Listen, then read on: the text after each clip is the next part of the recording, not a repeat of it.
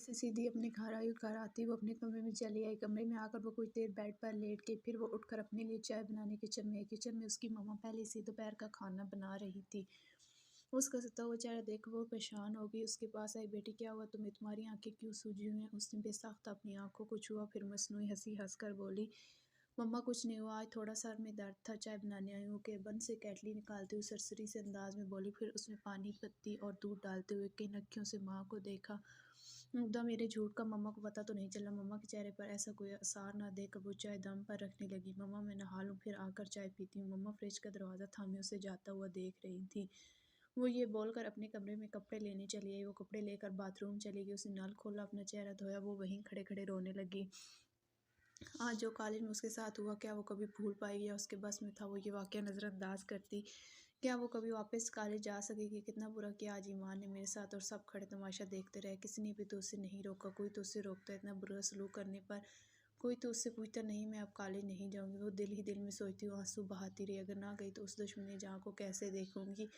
वो इसी कश्मकश में मुब्तला खड़ी फूट-फूट कर रो दी, कहीं मम्मा मेरी रोने की आवाज़ ना सुने। उसने तेज़ी से पूरा नल खोल दिया। वो कपड़े तब्दील करके आई। उसने जाए नमाज़ बिछाकर 2 रकात नमाज हाजत की नीयत की और सर इस बरगाह इलाही में झुका दिए जो कायनात के मालिक है। नमाज अदा करती वो फिर सजदे में गिर कर रोने लगी।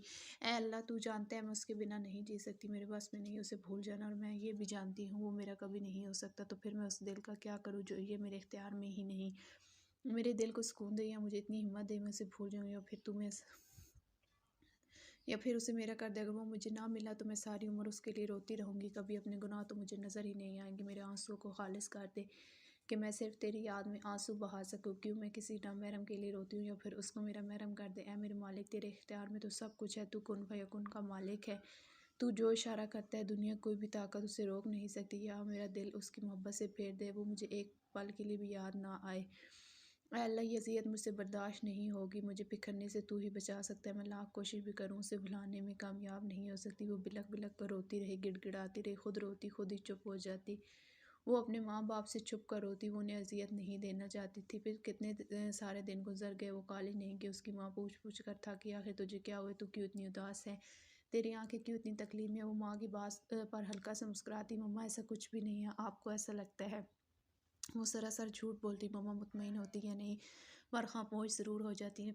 मम्मा कमरे से जाने के बाद फूट फूट कर रोती, मम्मा आपको क्या बताऊँ, आपकी ये बेटी ज़िंदगी से मायूस हो गई है, वो जीना ही नहीं चाहती, मैं मरना चाहती हूँ मम्मा, मैं अब बहुत थक गई हूँ, मैं टूट गई हूँ मम्मा। वो मम्मा को पुकारती। फिर एक दिन उम्मा चली, आंटी से सलाम दुआ के बाद वो सीधी उसके कमरे में आई। ये तुमने अपनी क्या हालत बना रखी है? वो उसकी सूजी हुई आंखें, बिखरे बाल, चेहरे पर खिंची आंसू की वाजल लकीरें, मैले मंदे से कपड़े, वो हज़न मलाल की तस्वीर बनी थी। उम्मा ये सब देखकर तकरीबन चीख ही तो पड़ी। उसने कभी सोचा भी नहीं था उसकी जान इतना बड़ा जोग भी ले सकती है। वो अब जो अपने कपड़ों को हाथ तक न लगाने देती, आज इस हालत तक जा पहुंची। हीर बोलती थी मेरा दिल चाहता है मैं दिन में 2 बार कपड़े चेंज करूं। अब तो यूं लगता था कई हफ्ते हो गए उसे नहाए हुए। उमा एक अफसरदा सी निगाह उस पर डालकर फिर बोलना शुरू किया, जिसके लिए तुम ये जोग ले रही हो उसको तो पता ही नहीं, वो तो अपनी दुनिया में खुश और मुतमईन है। उमा की आंखें तो आंखें, आवाज़ में भी तकलीफ साफ महसूस की जा सकती। तुम क्यों सबको परेशान कर रही हो, क्यों अपने करीबी रिश्तों को अजियत दे रही हो?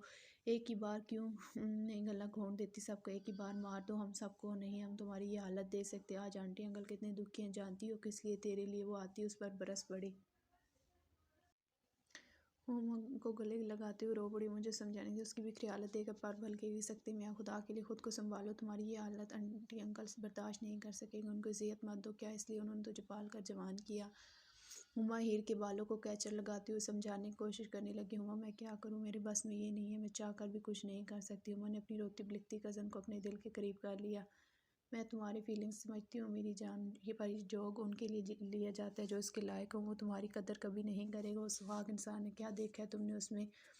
देखो अगर तुम कॉलेज ना गई, एक तो आंटी अंकल परेशान, दूसरा उसको मौका मिल जाएगा तुमको तजलील करने का। तुम चाहोगी कोई तुम्हें तजलील कर? ही ने सर उठाकर नफ़ी में सर हिलाया।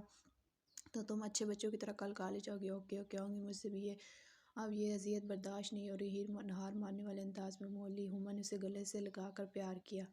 मैं अब अपना फिगर चेंज करूंगी। वो कॉलेज के ग्राउंड में बैठी उम्मा से बातें कर रही थी। नकीन ने दूसरे से देखा, फिर वो उनके पास चली आई। वो करीब आते हुए बोली, हेलो अस्सलाम वालेकुम। उम्मा और हीर ने एक साथ सर उठाकर उसे देखा।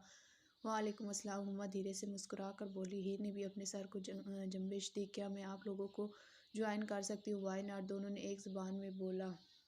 वो भी आलती-पालती मार कर बैठी, उसने पॉपकॉर्न आगे पेश किया, लीजिए ना। हुमा ने थोड़ी सी उठा ली। माज़रा, हिरन माज़रत कर ली, मुझे पसंद नहीं है। अरे वाह, आपको ये पसंद नहीं है? मैं पहली लड़की देख रही हूँ जिसको पॉपकॉर्न पसंद नहीं। ईमान ने दूर से उन सबको देखा तो उनके पास चला आया। हेलो स्वीट हार्ट, तुम यहाँ? मैं पूरे कॉलेज में तुझे ढूंढ रहा हूँ। हुमा ने हीर को नज़रों के इशारे से उठाया। वो फ़ौरन उठ खड़ी, उसकी देख देखी में हुमा भी उठ गई। अरे वाह, आप कहाँ चल दी? नगीन ने दोनों खड़े होते देखा तो कुछ नहीं, वो बिना जवाब दिए कदम आगे बढ़ने लगे। सुने मिस हीरो, अपने नाम लेने पर टिटकी पलट कर हैरान नजर उस पर ईमान, फिर हुमा को देखकर, मिस हीर, मैं अपने किए पर बहुत शर्मिंदा हूँ।